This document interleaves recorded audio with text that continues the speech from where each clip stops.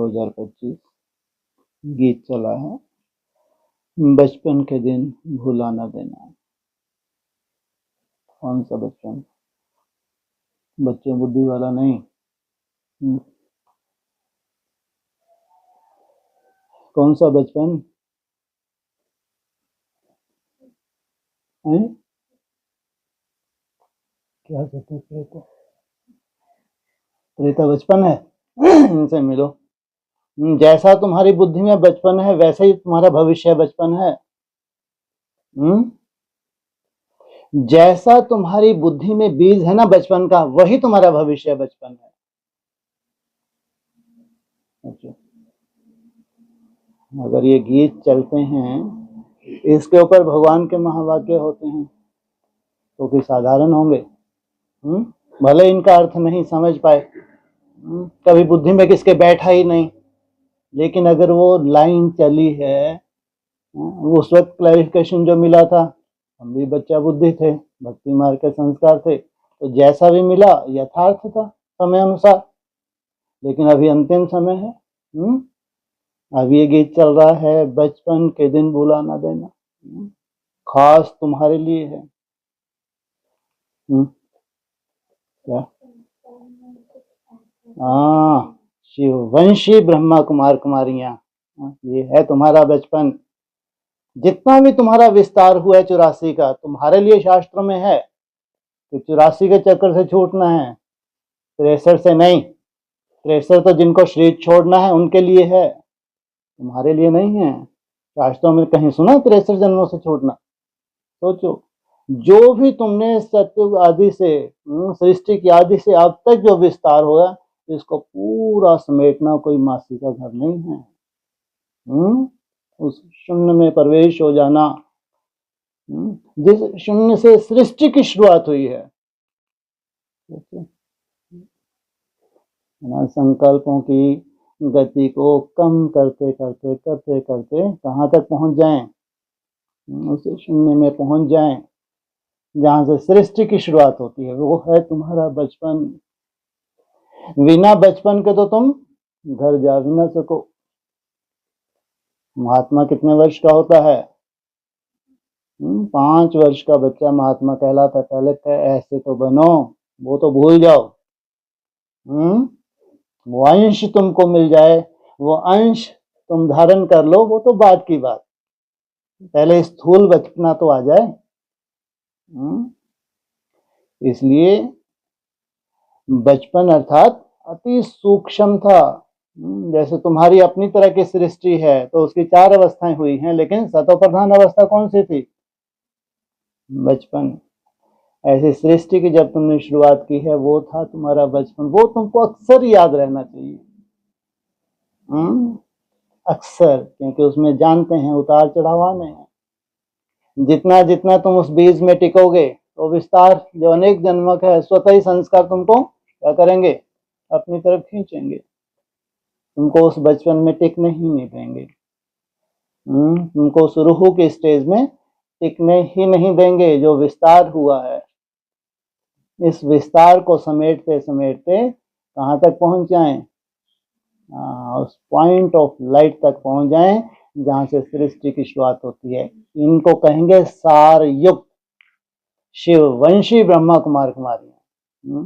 कहना आसान है, जब प्रैक्टिकल हो, भक्ति मार्ग का याद करना बहुत आसान है भाई। बहुत आसान, आसान नहीं, बहुत आसान है। लेकिन ऐसे बचपन,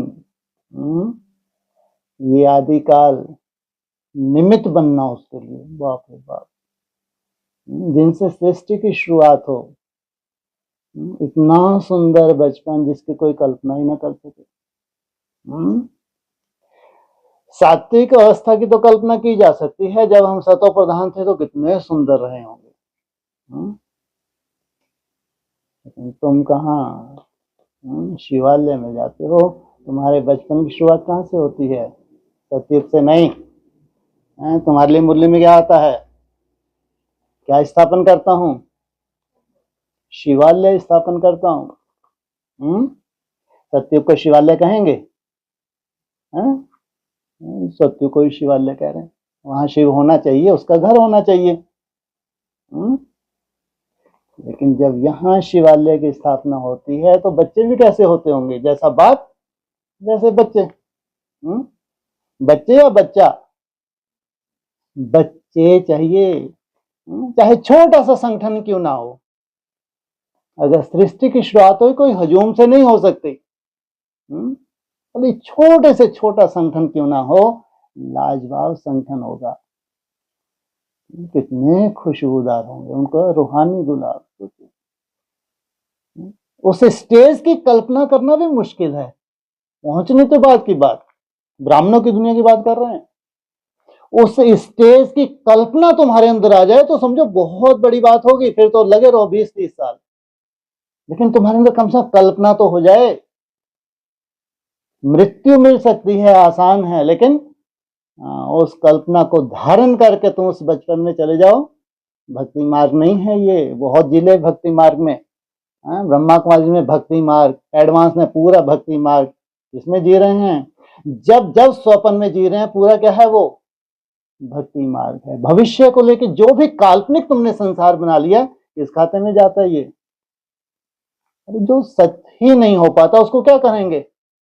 ये काल्पनिक संसार माना स्वप्न है। तो पढ़ाई में स्वप्न नहीं होता। जो नई दुनिया की पढ़ाई पढ़ते हैं वो स्वप्न में नहीं जीते हैं, वो तो प्रैक्टिकल धारणा करते हैं। प्रैक्टिकल बड़ी तो बड़ी धारणा तुम्हारी है ही, इसमें टिकना, पॉइंट ऑफ लाइट में टिकना, ये है तुम्हारा बचपन। इसलिए सबसे पहली लाइन जब भी बाबा मुरली शुरू करते हैं कौन सा आता है? हाँ, बच्चे अपने को आत्मा समझ बैठे हो। लेकिन उसके बिना सृष्टि की शुरुआत नहीं हो सकती, उसके बिना तुम अविनाशी बन ही नहीं सकते। नहीं तो आज नहीं तो कल जब चारों तरफ मौत का बाजार लगेगा ब्राह्मणों की दुनिया में, हाँ, जो तुम संस्कार धारण किए वो अविनाशी हैं, लेकिन सृष्टि की तुम्हारे से शुरुआत हो जाए, ये नहीं, ये तुम्हारी बुद्धि में है। बचपन कहाँ से शुरुआत होती है? कहाँ से आदिकाल? वो वंडर ऑफ द वर्ल्ड सोचो, वहां से सृष्टि की शुरुआत होती है। वो है बचपन तुम्हारा। लंबी यात्रा है।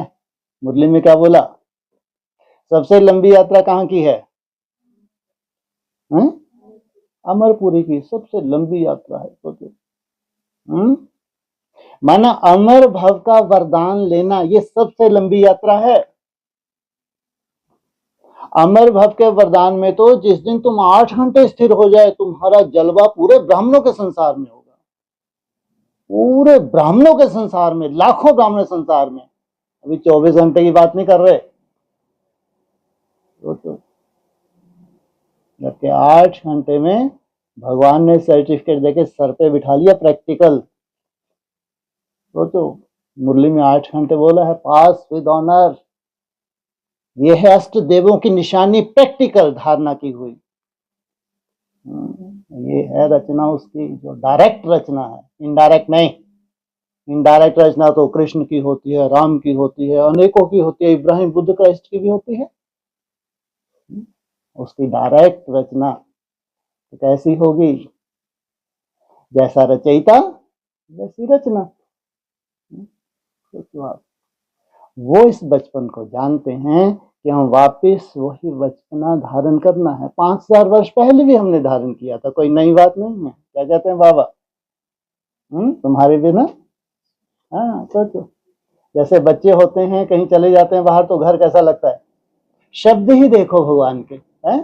तुम्हारे बिना घर सूना सूना लगता है। सोचो कितनी रौनक होने वाली है उन बच्चों से जिनके बिना घर सूना लगता है, जिनको लेने स्वयं भगवान आया हो। तो फिर हम सोचे कि ये संस्कार है, ये संस्कार है, ये बुद्धि में घुसा है तुम्हारी कचरे पट्टी। हाँ सोचो कितनी तुम्हारी यात्रा है तैयारी की, कितना कुछ समेटना है, कितनी मेहनत करनी है तुमको वहां जाने के लिए। हर चीज प्रैक्टिकल होगी, इसलिए भावनाओं का तो पढ़ाई में कोई रोल ही नहीं है। इधर धारण करते जाओ अपना बचपना, उधर पालना लेते जाओ। क्या इधर तुम्हारी धारणा होती जा रही है बचपने की, उधर तुमको पालना कौन दे रहा है? जो तुम्हारा लक्ष्य है वही पालना चाहिए तुमको, ध्यान रखना। देवताओं की पालना नहीं चाहिए तुमको। किसकी पालना चाहिए? हाँ? हाँ। जो सदा ही रूह है, सदा ही रूह है, उसकी पालना चाहिए। उसकी पालना लौकिक होगी या कितना पारलौकिक ही कहो, उसमें तो अलौकिकता भी नहीं है। तुमको भी पहले लौकिक से क्या बनाया? अलौकिक बनाया। और जब तक तुम अलौकिक ही नहीं बने तो पारलौकिक खुशबू तुम्हारे पास संभव ही नहीं है। जितना जितना रूह में टिकते हो तुम पीछे जाते हो। विस्तार से सार में जाना माना बचपन में जाना, वहां तक समेटते हो, पूरे 84 के चक्कर को समेट लेते हो। क्या आनंद होगा, कल्पना करके तो देख सकते हो। अगर तुमको अपने भविष्य की कल्पना भी नहीं है तो तुम्हारी पढ़ाई कैसी? जैसे स्टूडेंट्स होते हैं और उनका लक्ष्य है, जो भी लक्ष्य मिला है, डॉक्टर इंजीनियर जो भी बनना है, IAS ऑफिसर जो भी, तो सोचो लक्ष्य लेके ही तो पढ़ते हैं। तुमको टेस्ट ही नहीं मालूम, तो तुम्हारी बुद्धि में क्या होना चाहिए? कम से कम तुम्हारा लक्ष्य साधारण नहीं है।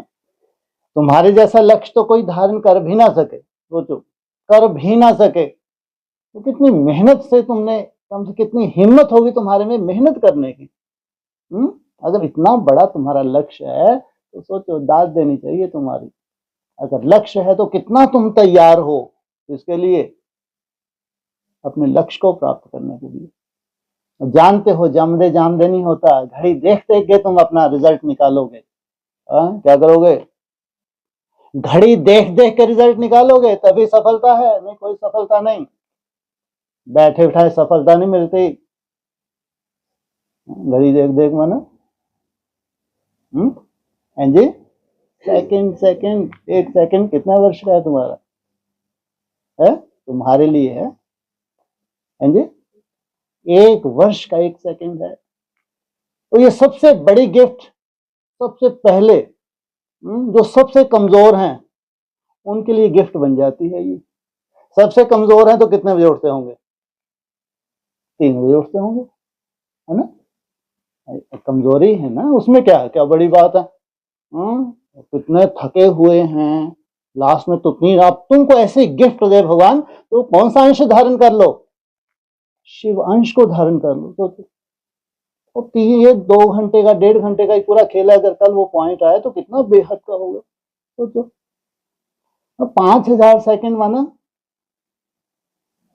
84 मिनट होते हैं। 1.5 घंटे में तुम्हारी वो पूरी शूटिंग हो जाती है, पूरी शूटिंग जो अंश को तुमने धारण करना है। सोचो मतलब लास्ट बच्चा भी है, इतना वैल्यूबल है। अगर वो अमृत वेला भक्ति मार्ग की तरह नहीं करता है तो अदरवाइज तो 1 बजे उठ लो, कोई फर्क नहीं पड़ता। 2 बजे से रोज उठो, 1 बजे से रोज उठो, कोई फर्क नहीं पड़ता, वैसे के वैसे ढर्रा रहोगे। हाँ, भावना के आधार से ठीक है, भावना का फल मिलता है, भक्ति मार्ग में तो मिलता है दुनिया में, तुमको क्यों नहीं मिलेगा? लेकिन अव्यक्त वाणी में अगर ऐसे बेहद के इशारे हैं तुम्हारे लिए कि तुम्हारा 1 सेकंड 1 वर्ष के बराबर है, तो सोचो 5000 सेकंड कितना बड़ा कमाल कर दिखाएंगे आगे चल के। वो तपस्या ही कमाल करेगी। ऐसा नहीं कि तुम 1.5 घंटा एकदम बीज रूपोत्साह टिके रहोगे, कायदा नहीं है। लेकिन वो तपस्या तुमको पसंद होनी चाहिए, तुम्हारी मेहनत तुमको पसंद होनी चाहिए। जिस विधि से तुमको इशारा दिया जाता है करने का, ऐसे घूम घूम के तुम करते हो, कुछ कुछ सेकंड उसमें टिकते हो,